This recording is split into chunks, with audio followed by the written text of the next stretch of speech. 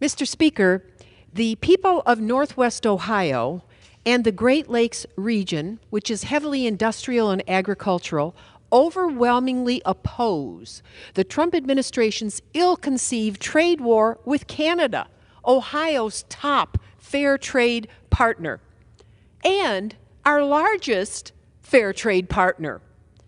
1 month ago, apparently, there's a plan to pause now this relationship with Canada, but remember, she has been critical to the automotive industry, the lumber industry, the oil industry, the truck industry, every single industry you can think of, and now we're not sure what's going to happen in a month. There's an old expression, don't break what doesn't need fixing. There's another stronger adage, don't shoot yourself in the foot. The administration's imposition of tariffs across our Great Lakes region adds up to a big Wallapalooza-sized mistake. It will cause prices to rise, unemployment to increase, and act as a throttle to economic progress across our Great Lakes region. Rising tariffs will put a brake on our region's economy and strong two-way trade partnership. They put a 25% tariff at the northern border, right? With China, 10%. 25% among free traders and 10% on those that don't exercise in a manner that creates free trade. Indeed, the U.S.-Canadian trade partnership is the strongest economic growth engine in our part of the American continent. With meager help from Washington, but for President Eisenhower's investments in our region after World War II, our region's economic growth has been very hard fought, especially recently. Far too often, firms here have been disinvested and traded away by Wall Street, big tech, and Washington bigwigs who don't understand our region's free market struggle. All those billionaires simply love shipping our jobs to penny-wage nations, and I'm truly surprised President Trump has joined them. Great Lakes economic growth across the U.S.-Canadian border has been hard fought, not exploitative. Middle-class jobs have grown here, albeit far too slowly. And tariffs will cause a downdraft on economic growth, rising prices, and lost jobs.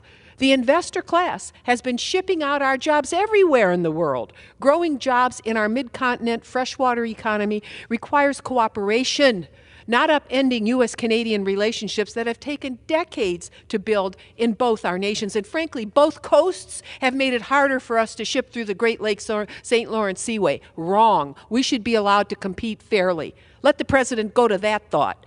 Our nation should stand for free trade among free people. Imposing tariffs on North American companies that are struggling to meet penny-wage global competition is driving our economy backwards.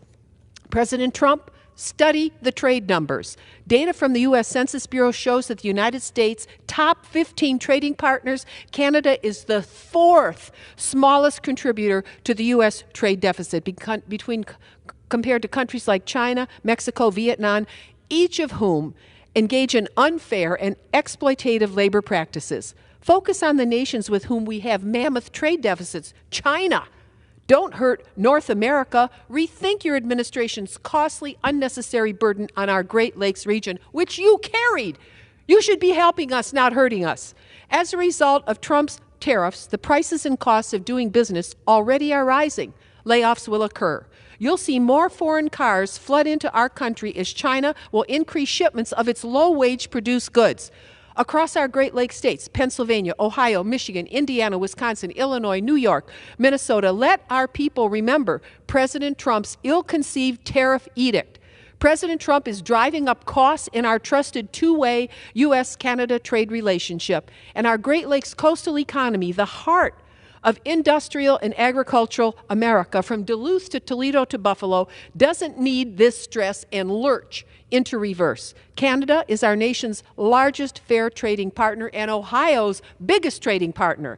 Our region will work with any president and prime minister to reinvest in our nation's industrial and agricultural base. Why not focus tariffs on China, where the trade gap is enormous and there is no fair trade?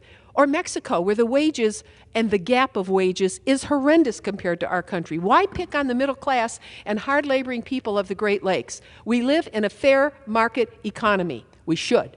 Rising tariffs will only cripple economic growth here. And the Trump administration has just shot itself in the foot again. Our nation's trade gaps need to be fixed with far too many unfair penny-wage nations and exploitative trade relationships. Don't pick on our part of the country. Don't break what doesn't need fixing. Thank you, Mr. Speaker, and I yield back.